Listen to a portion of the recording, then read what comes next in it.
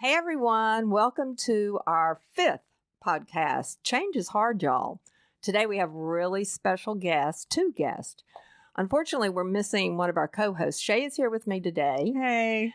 But our co-host Erin is out of the country or headed out of the country. What are you going to do? I know. She'll be back next time. So I'm going to let Shai introduce our guest today. Go for it, Shai. This is unprecedented. Ordinarily, Leslie is sort of the voice of the podcast, and I am just the intermittent commentator. But I know Scott and Mallory better than Leslie does, and I was the one who said, please, can you come? Can you come talk? It'd be so amazing. I would really love it if you would do that. Is there any chance that you maybe kind of would a little bit? And here they are. So...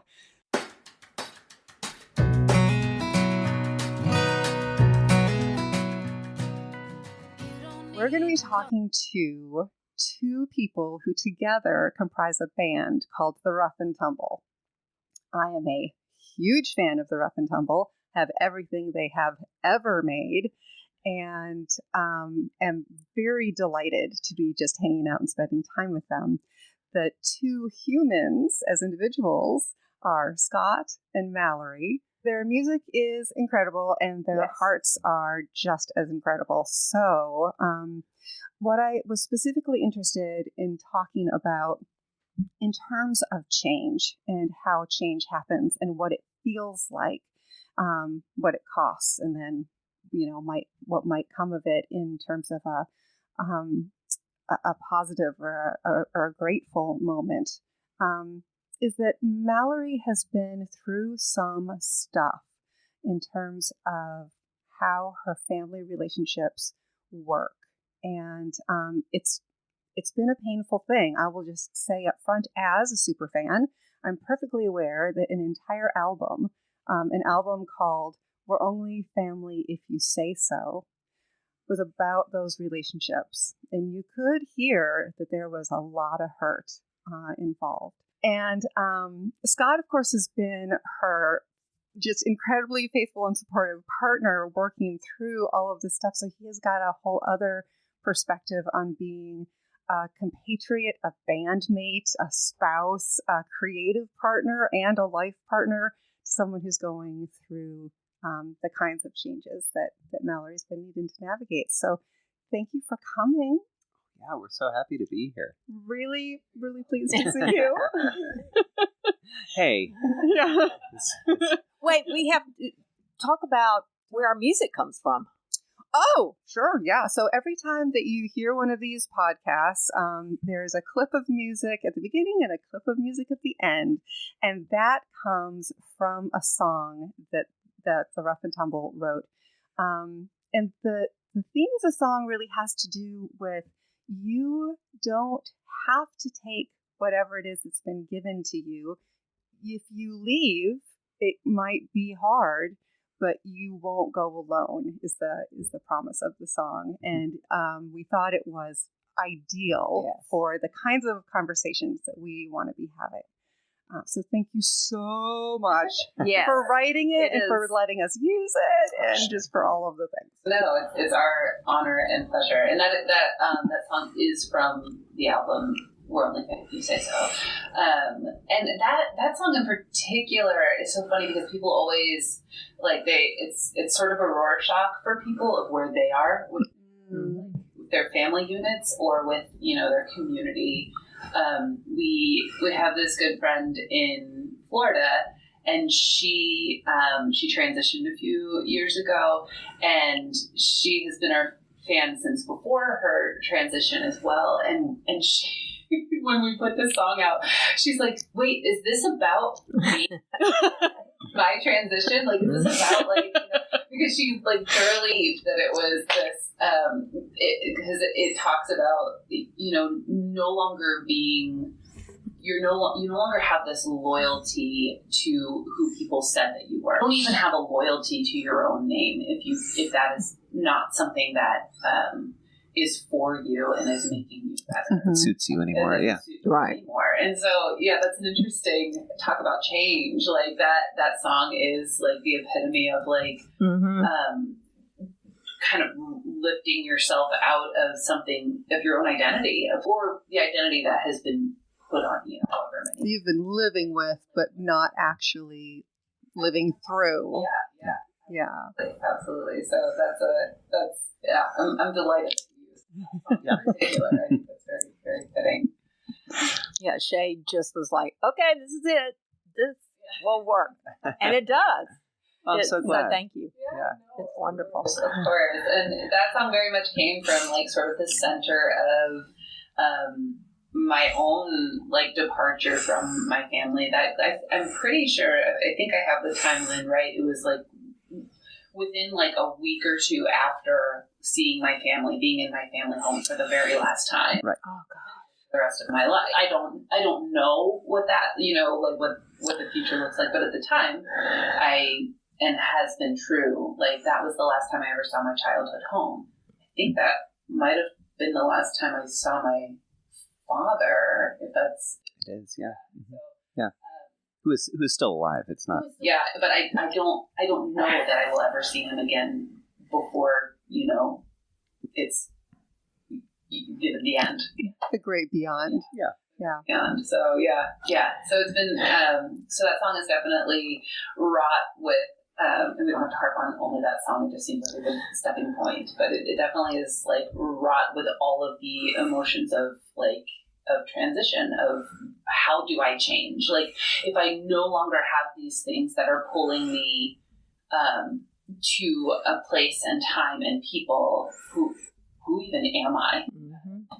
And I have been extremely fortunate in my life to have had an abundance of family, not by blood, but by choice. Mm-hmm. Reached out and have decided, oh no, you're ours too. Like, and so that song, it was so easy to. I think we were in a friend's house, and they were like, "Here, we're going to work. Stay here for a couple of days and recuperate." Because I think we were living on the road at the time, so we didn't really have our own space, and it was just like we were so enveloped in that time, and it just felt so obvious that like, oh, I'm stepping away from here and leaving this space open means that it's open for more people to come in and fill and be surrounded. So it really wasn't, I don't know, it's a hard song to sing sometimes still, but not for those same reasons. It's more, it's difficult to realize how full my life has become by shedding a life that was never for me and was never loyal to me. Yeah, it's interesting how songs can kind of change as you write them. You write them about this one specific thing, and then you give them out to the world, and it can become something for whoever's listening to it. It does become something else, and it's no longer yours as the songwriter. And then it's interesting as your life changes, and you realize that what you wrote this song about it's not like what you're singing as you're singing it. It's not about the same thing you wrote it about. Mm-hmm. And I think... Or it comes back around and it is what... And it is, I know. That's a really weird one. But, I can imagine. Yeah. But with this song in particular, like, just the idea that, that you're not going alone is, it's... Sometimes it's this realization that we have all these friends, we have this family, that isn't necessarily by blood, and but it's also this acknowledgement and this gift that we can give other people that they are not alone either. And and that's a huge part of I think of change. I think of liberating yourself as you automatically liberate other people. That once you decide to tell your story, there is someone who comes out and says, oh, that's mine too. And you automatically, by being truthful about your life and your circumstances, someone automatically will relate to that, and you are not alone. That's a gravitational force in the world. Yeah. About the lines, you're not going alone, I was curious to know, a question for Scott. Were those, as you wrote them, was that about your relationship? Like you saying to Mallory, you're not going alone. This is like very personal between the two of us. Or was that sort of like a faith statement? Or was it both? I honestly don't remember. Like, I don't think, I don't even know if I came up with that line. I think you might have come up with. It was a faith statement. Yeah. Yeah. I think it was just like, well, hopefully. Yeah. Yeah. Hopefully there's someone else here. Yeah. I'm not excited. I mean, this song has never been like really about like, from me to Mallory or from Mallory to me. Mm-hmm. Although I guess from time to time, it has been. And I don't know. It's an interesting. Well, I thing. was curious partly because, we use it at the end of all of these episodes.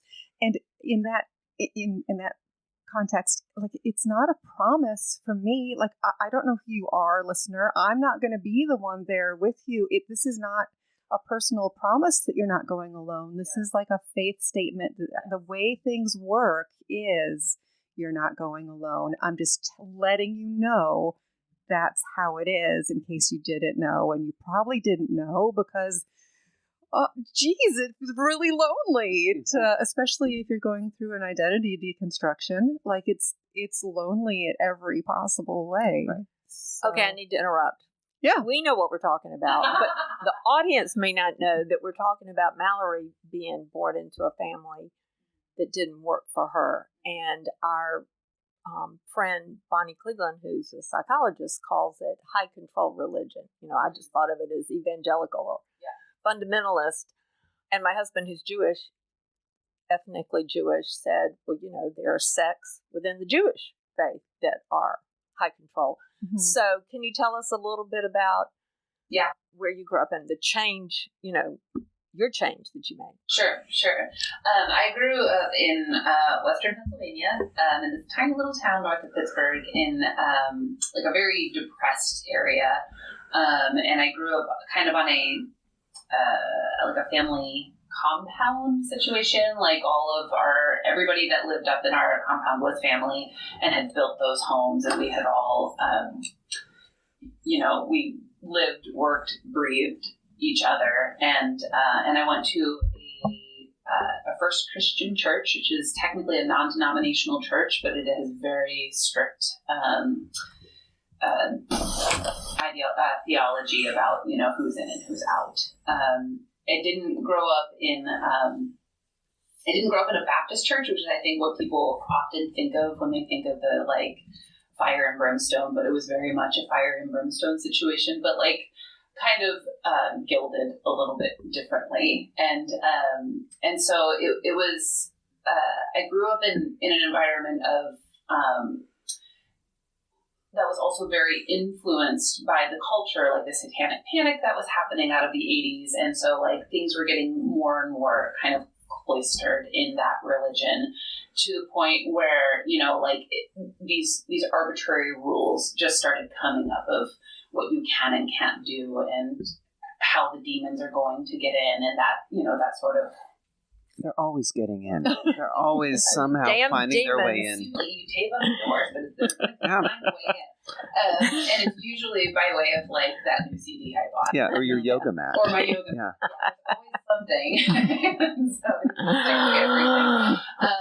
But it was a weirdly.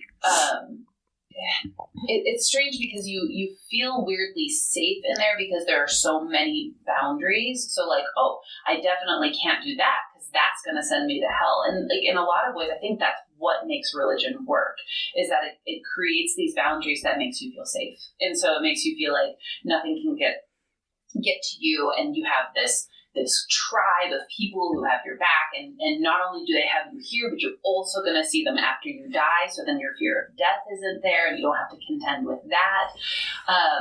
But then there's that kind of small problem, which became a very big problem, of my value as a person. And so I am not a valuable person as a woman in the church. And I think that very quickly became, or as a girl in the church at the time. And so that very quickly became a problem for me as a kid, because as much as my parents were raising me to be an independent, like I was out there, digging ditches and working heavy machinery alongside my brother, you know what I mean? Like, while I was treated the same in some respects, there was just this other element of, but you can't have a position of power, and you can't, you can't dress a certain way, you can't express yourself a certain way. It's the really, the obvious choices for the church to control women, to make sure that they're in this cubby. And so that was one of the first things that I remember being very confusing for me, is like, why am I told that I can do everything that I want to do over here, but over here, like, it never lined up for me. And so I kind of grew up having this tension in the church, and I remember asking a lot of questions and getting into a lot of trouble for them. And so in my teen years, I actually left my parents' church. My dad was an elder in our original church. He left because it wasn't being strict enough, and so he went to find a stricter church. And I ended up leaving even that strict church to find another one that was even more strict. And my dad and I would come home after our church services and sit knee to knee with our Bibles open and fight back and forth with Scripture and why our new theologies were correct. And it was a very intense environment. And one that I always had to have an answer for. I always had to have all of my information backed up with more information, and all of these theologians that would confirm, it was such a crazy, like, self-eating atmosphere. Sounds exhausting. Oh, exhausting. Yeah. And on top of that, me just trying to figure out my 15-year-old feelings and who I am. Right. And so it was an environment that became very quickly unsafe for someone who was trying to express themselves. There was emotional abuse. There was a lot of that sort of. There was some physical abuse, but it was very much, quote unquote, for my good, to help me, be a better person.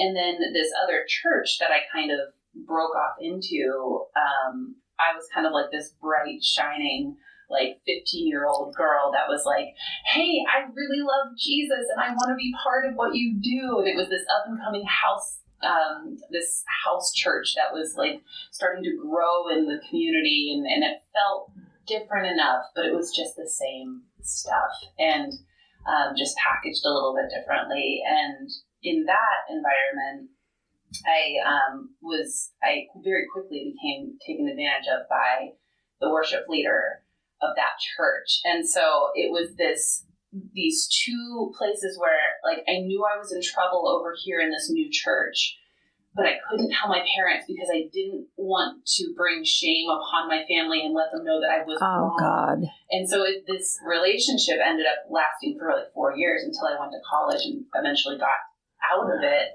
by telling my parents. And then there was a whole, like, potential murder scenario between my dad and this guy. Like, it was so like small town, but also big picture patriarchy, just like combating itself.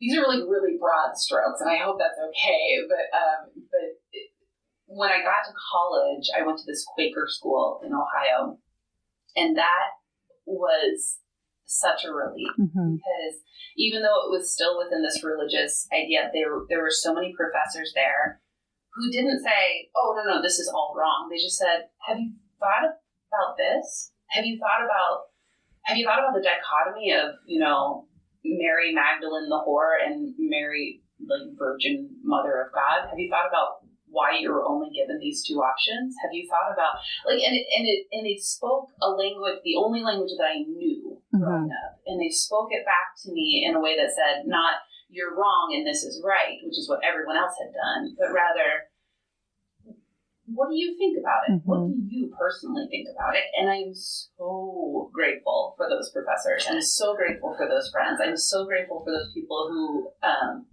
had the ability to give me a landing pad to think and the space to think, but didn't like make me feel ashamed of what I had already had been. Yeah. And so it was an incredible journey. And I owe one of those professors, she's still one of my best friends. The real whole reason that we became Rough and Tumble is she said, go away for the semester, like abroad and learn about music. And because I know that you're a musician at heart, so go do the thing. Wow. And so like, I don't want to say like college and higher education freed me, but in a lot of ways it did. Like just getting out of that environment, out of that town. I don't know how my parents feel about it now in hindsight, if that was like, oh, and that's where everything went wrong. I've never, my parents have apologized to me for, they apologized to me when I was in college for raising me to be too independent. Oh, goodness. I would never be able to find a man. Oh, goodness. So, Well, that was good of them. Well, but I have a question, Mallory. And I think a lot of people who would be listening who grew up in a similar environment, they may wonder, why did your parents let you go to or help you or assist you go to a Quaker school? I mean, that didn't seem fitting. Yeah. It was such a confusing time. And in my household, we were given the option of either we could go to college or we could go to the military. But if we chose neither of those, we were immediately cut off. And so we didn't have the option of like a gap year or whatever people do, go get a job. Like none of those things were an option. And I'm the fourth of four kids. I'm the youngest of four. And so by the time it got to me, that rule was still in place, military or college, but there was no longer funds to actually get me through college. So it was military or go into a lot of debt, which I didn't understand the rules of at the time. Again, very grateful I chose that. Like, I'm very grateful that was how I kind of ended up there. But it wasn't really a choice for me. It was sort of, this is what you're being put into. And then there was the additional rule of once you graduate or get out of the military, you have 2 weeks to move your stuff out of the house, and that's it. So, like, you're done. You never come back. And my parents always told me they're raising me to leave. And so I think it's a strange thing to be estranged from my parents and them have no idea why I would be estranged when all I've been told my whole life is get out of here, leave.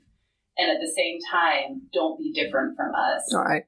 And so it was, I don't think my parents often understand what. Yeah. And I think on this side of it, we wrote that album, we put that album out, what year was that? We recorded it in 2019 and then it kind of like mixed it throughout the pandemic. And in 2021, we finally released it. Yeah. It was timely because a lot of people during the pandemic, were starting to split from their families as well. Yeah. That was a really, like, everything became a bit crucible sort of situation. Yeah. Absolutely. And so I think now having this distance from my parents, the anger was necessary. The split was necessary. I begged my parents to be closer. Like, I begged them. Like, the last interaction I had with them was like, could you just call me every, 2 months or every 6 months? And my dad said, no, I'm not going to do that. And it was kind of like, okay, well, when you're ready, I would love to have a relationship with you. And they said no. And I said, okay, that's my answer. And I think moving, this distance that I now have from them, I kind of understand that really was all that they could do. Yeah. And I feel sad that that's all they knew how to do, but I also don't feel like I want to, I don't want to go back. Like, I don't want to have to become somebody different in order for my parents to have a relationship. Right, of course. That's not interesting enough to me. What exactly did you do that made them estranged from you? I mean, yeah, that's a great question, Scott. We were in town for a you throw that over like it was my fault, actually.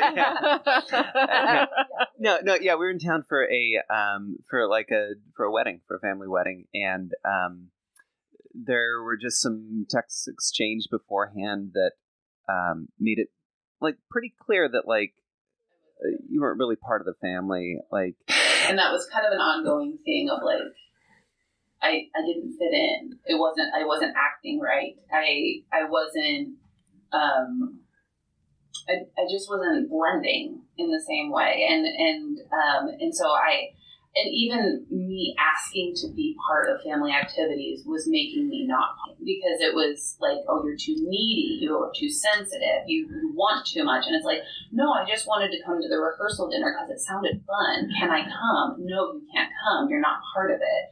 And so it was just this really strange, it was just a really strange. Well, yeah, and then when you kind of brought this up with your folks, they laughed at you. And that was kind of the deciding factor. And so the two of us and Mallory's atheist sister, well, we could talk more about Mallory's atheist sister later, but because she does factor into a lot of band stuff. But and anyway, we and her family, we didn't stand for the pictures after the wedding, and that caused some upset, and there was some arguing. We then drove the 10 hours back to the place where we would continue our tour and wrote this album after that. And just, I mean, it kind of just coincided. Like Mallory just said, I need you to say that we're family. Like that's. I literally just need you to call me and to choose to be part of my. I'm not asking you to come visit me. I'm not asking you to. I just need you to call me and just say, yeah, we'll have a relationship. And they couldn't. And that was also followed by. Do you remember the camper incident? Which camper incident? The driveway. The Turner. Oh yeah. So there was a whole incident in which my parents, who are these strong Christian people, self-proclaimed strong Christian people, there's this we have a huge driveway. I think I mentioned we lived on a compound, and people often turn around in their driveway, and they had started taking to shooting at people's tires for turning around in their driveway because, well, I don't know. There's no actual logical explanation for that. Could have been demons. Could have been demons. Yeah. You have to. You got to shoot those tires. There's a good chance demons. it was immigrants. And also a possibility. Synonyms is what yeah. Previous to this wedding and me saying I want to be part of the family, somebody had tried to turn around in the driveway, and my sister, who lived across the street, not my atheist sister, had stood in their way and called the cops on them for trespassing instead of just letting them go. And made a whole incident of I have a gun, and these people were terrified, and I had to go over and talk to them and be like, I'm really sorry, this is my family, but I'm going to try and get you out of here. It was like a hostage. Oh, goodness. In our driveway, of which afterwards I had to tell, I don't think I've ever told this story. No, I don't think so. And which I had to go to my mom and say, hey, so the story of the Good Samaritan that you to teach me, so you aren't the person who's helping. You're literally the person who pushes the guy in the ditch and then leaves him there. Did you get it? No.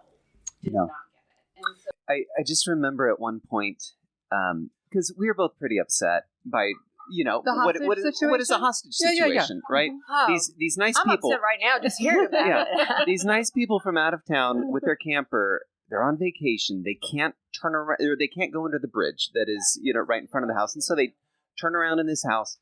Somebody holds them hostage, and they're scared. It's a retired fireman, right? And she's a grade school teacher.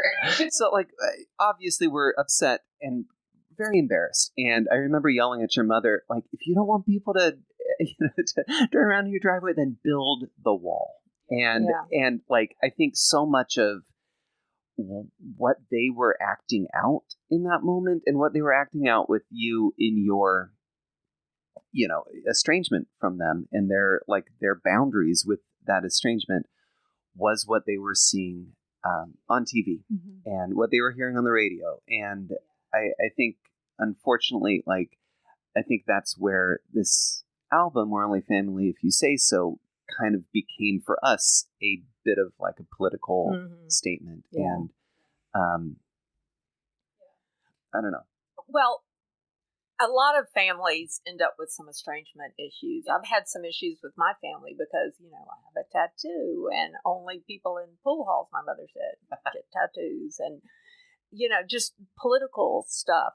But did yours stem mainly from you were not following the tenets of the religion? Was that big? That's so confusing. Is because the religion and the politics are so entangled, because it is so much that Christian nationalist understanding of the world, that because there is no separation. It was like I coming in and saying, hey, this isn't actually what Jesus would do or say, and the combating feeling is you don't get to decide what Jesus said because you're not here anymore. Yeah. You're not on the inside anymore. Even though there's a book out there that actually confirms that is not what I think that's true. Is the book called the Bible? Or yeah. I feel like I've heard of that. Yeah. It's that is what is so confusing to me as well. Is we're telling these really distinct stories. The driveway hostage situation, the wedding where they said no, we don't want to be part of your life anymore. But when you say what caused it, I honestly can't tell you. I know about these distinct situations that happened, but even when I put them all together, I go, but why? But why couldn't this happen? Mm-hmm. Why is that enough to say you don't belong here anymore? Good luck out in the world. So I'm a biologist, but what it really brings to mind is an immune system. Is that this belief system, this very integrated and very closed, it's almost covered in a skin. It's self-contained.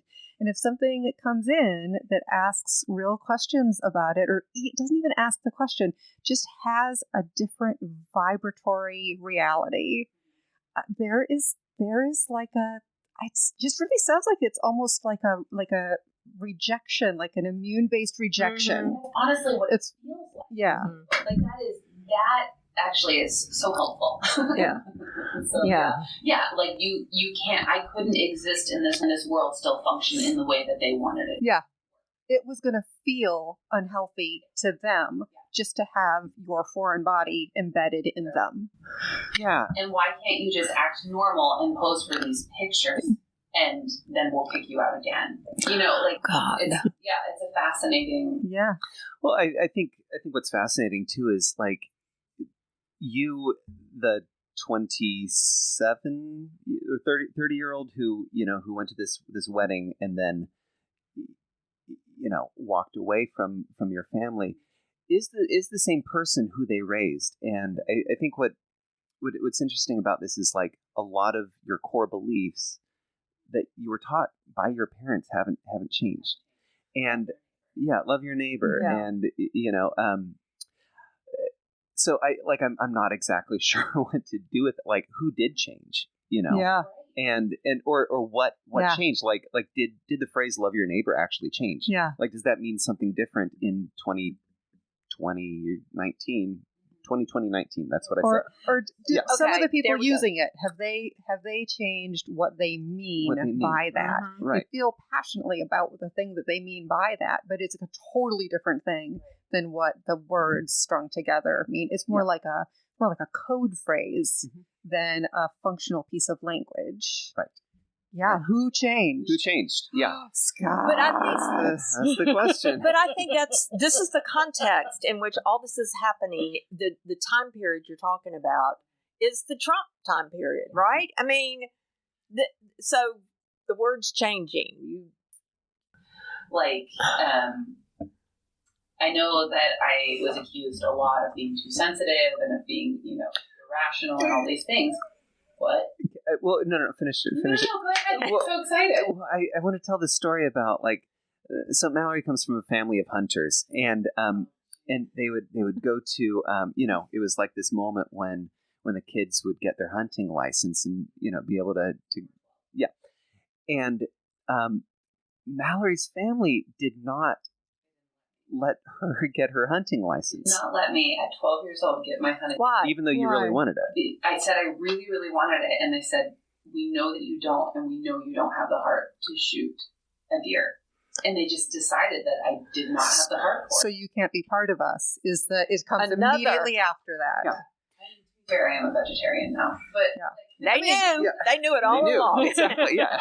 but it is, that's interesting. Like I did kind of exhibit those behaviors, and I think what is so strange is my parents did spend a lot of time nurturing that as well. You know what I mean? Like what's so confusing about the situation is like they helped me become this person, Mm-hmm. and then I was punished for it, Mm-hmm. and so. I don't know if that's just like, man, this is the fourth one. We can't afford this many kids coming back or whatever it is. But like, I don't know what sort of reasoning went in there. And I'm also extremely grateful that they did that. Like, I'm extremely grateful that my mom kind of guarded my ability to write. Like, she guarded my ability to make things. Like I'm even grateful that they didn't let me get my hunting license. I don't know what that would have done for me. I have no idea. Like, I spent all my time in the cabin, like making art projects while everyone else was out there, like shooting animals. And I don't, like, that obviously changed me in a lot of ways. So, yeah, I have no idea. I don't, I was hoping you had the answers. That's why we're on this podcast. Okay, you're so grounded and so together. Please tell us how you felt about the rejection and how you made yourself whole. And I think I'm going to start with the whole question. I think I made myself whole because I never wasn't. And I think it was just understanding, walking away from there, that I was a complete person, whether or not these people believed that about me. And that was a strong sense I had. I almost feel like the separation was almost the last piece of it rather than the beginning of it. Mm-hmm. And I think that, like, I was working up for so many years of understanding that, like, oh, this isn't good for me. This is very bad for me. And that's what caused me to, like, say, hey, can I be part of this? Because it was this exploration of, is this really for me? And it wasn't. And so, I think when I left, it was very hard. It was very emotional. I remember, like, leaving and telling Scott, this is the last time I will ever see this place again. And he said, I know. And it was just, it was wrought with all of the nostalgia.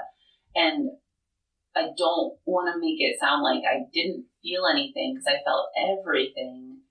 But there was such a profound sense of acceptance. Like, there was just such a profound sense of, I have vacated this space, and so it will be filled by someone else, or this space has vacated me, and now it will be filled with something else. And I just knew, like, I knew on leaving that it was absolutely the right decision.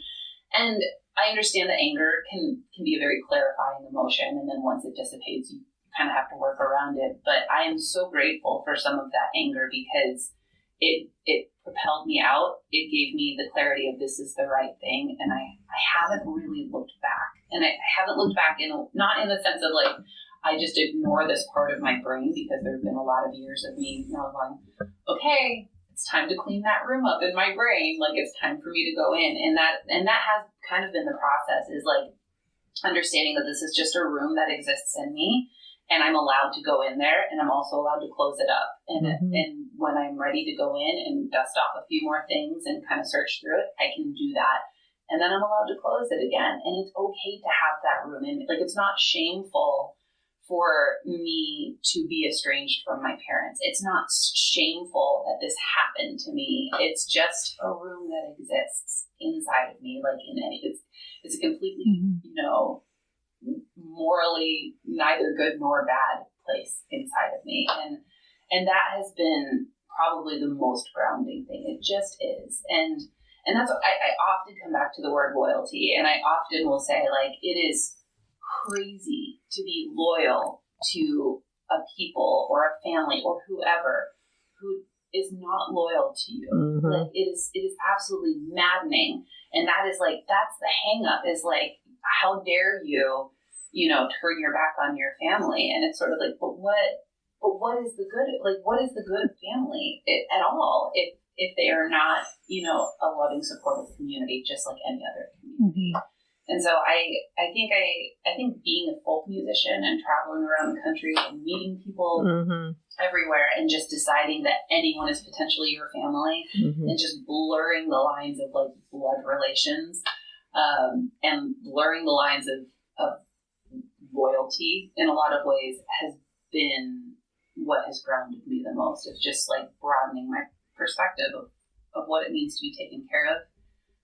Also broadening my perspective of what it means to be a parent. Like I have really relished, and I think I told you this last night, mm-hmm. Shay, like I've really relished becoming my own mother. I've really relished becoming my own father as an adult, and wow. just being like, you have always wanted to do this thing. Let's go do this thing. Like, awesome. You want to go down to the creek and take off your shoes and run around and look for crayfish. Let's go do that together. And it's been this really like fun exploration of parenting, and right. being like, but don't do that because you could get hurt. Like just like the push and pull of taking care of yourself is taking care of myself has given me a lot of joy, and that's great. And I feel, I think that has been the wholeness, the groundedness that I feel, for sure. Not replacing my parents, but just being. Yeah. When Erin was our co-host, who was telling us about her story growing up in a high control religion, and she talked about, how did she word it, Shay, where she said she developed a muscle that when she was young, where she would do certain things that went against her religion, and that built up that muscle. And then when we talked to our friend Cherry about the same thing, that just worked. She said, you're right. I did those things. And it sounds like you did too. You went against the grain, and then you went to a college that taught you how to look at things differently. Right. Mm-hmm. So you were more than ready when you made this break. Yeah, absolutely. And you build up almost a tolerance for being intolerant to other people in a lot of ways. And but then if you do disconnect, you find your people. Mm-hmm. Like if you don't leave any space around you because you're so busy trying to attach and maintain this loyalty to these people, there's no room for anyone else. And now we have so much space, and we have so many people. Yeah. We are rich. We are rich with family. We're rich with friends, like in community. And I wouldn't trade that. I wouldn't trade that for a family reunion ever. Mm-hmm. Yeah. I think a lot of people would wish for that. Yeah. I mean, who says you have to spend that much time with your family of origin? Yeah. I mean, if you want to, and it's great. Yeah, by all means. Yeah. No, I think I think also speaking up was a big part of the healing. I mean, as as an observer and as an adjacent person going through this, I think writing this album and finding other people who had similar experiences. Because the second we started playing these songs, people would come up and say, "Let me tell you about my family." Mm-hmm. That tolerance, that muscle that you're talking about, it definitely, it still activates, and I can feel it activating. And especially when we were writing this album, I remember getting a call from the good sister, the atheist sister, and her being like, "I can't believe you're saying this, but I'm so proud," and she would, some of the things that she didn't have the courage at the time to be able to say, I was saying, and so it got very personal as well. And there were even times that she was like, "I don't know if you should be doing this. I don't know if you should be doing this." But I did it anyway because I knew it was the right thing to do. And in the end, we were able to connect more. Oh, good. You and your sister. Yeah, because there's no one-way liberation. You liberate yourself, you liberate someone else. And so it was a really challenging, wonderful process of learning to speak up. And it did make a lot of people feel very bad for me. I noticed, like, a lot of people, like, when I would say, oh, this is my family, and I would just say it in a very, this is what's been going on, and this is where I am now, and people would come up and be like, I'll be your mom, and I was like, thank you, but I don't really need that. Like, I'm okay. Like, I really am okay, and I really appreciated, like, people's need to, but I think a lot of times people think if you don't have a family, then you've missed something, lost something, because that's what everybody else has. But I think if you just look at it as like another a la carte option in your life, it's a little, it just is what it is. The fact that you come across as so content and so comfortable with where you are, this is going to make a difference to people who hear this. It's just like your songs have. Hopefully someone will listen to our podcast, and if they do, they're probably gonna write and find your website and contact you. Well, I have the great fortune, like Shai does, of hearing Rough and Tumble tonight. In person, live and in person. I wish everyone could. So go to their website. Listen to their music. I'll probably just put the whole song on this episode. Oh, sure. Awesome. Just the clips. Awesome. Of course, we'll have links to your website and everything on the show notes. Oh, that's awesome. So thank you both. It's at the bottom of all the shows. That's right. That's right. Thank you both so much. This has been thanks for having us wonderful. on. We really enjoyed it. Okay, everyone. We'll see you next time. Bye. Bye.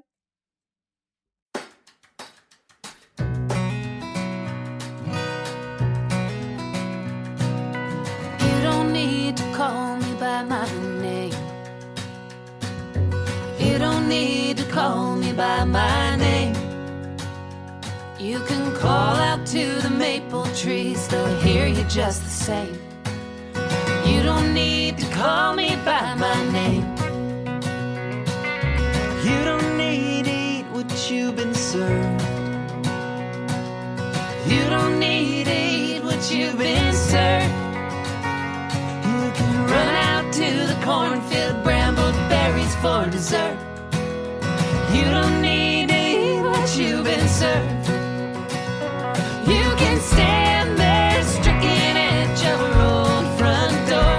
Shake the dust you swore you'd fall. You may not belong here anymore. You're not going along. You're not going along.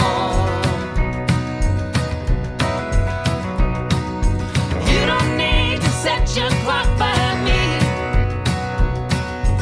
You don't need to set your clock by me. You can set it to the worms below the last to move your feet. You don't need to set your clock by me. You can stand there stricken at your own front door. Shake the dust you swore you'd hold. You may not belong here anymore. You're not going along. You know I wish I were an orphan sometimes, with the white sky and the fierce lightning and the hawk-tail leaning over. White eyes, I'm on feather prey at tail light. You don't need to run and hop a train. You don't need to run and hop that train. You can keep on walking, you're bound for glory just the same.